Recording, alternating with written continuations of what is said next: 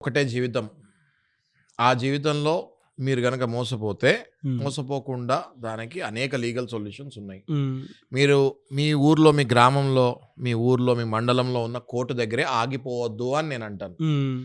ఈ కోర్టు ద్వారా వచ్చిందే ఇంక నాకు ఫైనల్. హ్మ్. నేను సరిగ్గా వాదించలేకపోయాను. నేను నా బాధ సరిగ్గా చెప్పుకోలేకపోయాను. నేను గనక కరెక్ట్‌గా చెప్పుకుంటే నేను గెలిసేవాడిని అన్న నమ్మకం మీలో ఉంటే, మీరు పై కోర్ట్‌కి ఎళ్ళండి అని నేనంటున్నాను. ఎందుకంటే ఆ కోర్టు ద్వారా మీరు అక్కడ ఇయలేకపోయారు కరెక్ట్‌గా ఎవిడెన్స్‌లు, ప్రూఫ్‌లు. ఖచ్చితంగా ఓడిపోతారు మీరు మీ కేసు.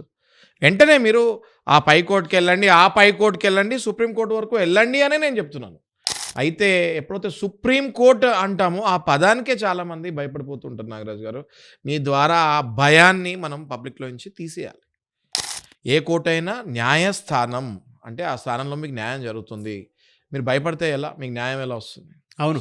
సో, ఇప్పుడు మీరు అడిగిన క్వెషన్‌కి నేను ఆన్సర్ తీసుకుంటాను. మీరు చాలా టఫ్ క్వెషన్ అడిగారు. కానీ దానికి నేను చాలా ఈజీ సొల్యూషన్ చెప్తాను. Oh! Thank you so much for thought. Yeah! Eagerly waiting చెప్పండి. యాహ్! చెక్ గనక మిమ్మల్ని బెదిరించి, అదిరిచ్చి, తిట్టి, కొట్టి గనక తీసుకుంటే, ఆ చెక్ మీకు బౌన్స్ అయినా మీ మీద బౌన్స్ కేసు చెల్లదు. ఓహ్!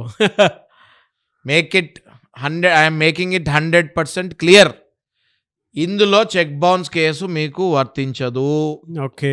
మీ ఇష్ట ప్రకారంగా డబ్బులు తీసుకొని, అవునండి నేను ఈ టైంకి ఇచ్చేస్తాను. ఖచ్చితంగా నాకు అవసరానికి మీరు డబ్బులు ఇస్తున్నారు అని వాళ్ళకి మీ అంతట మీరు రాసి చెక్ ఇస్తే, ఆ చెక్ గనక ఆయన ఏసుకున్నప్పుడు మీరు క్లియర్ చేయలేకపోతే, ఆ కేసులో మీకు చెక్ బౌన్స్ కేసు మీ మీద పడుతుంది.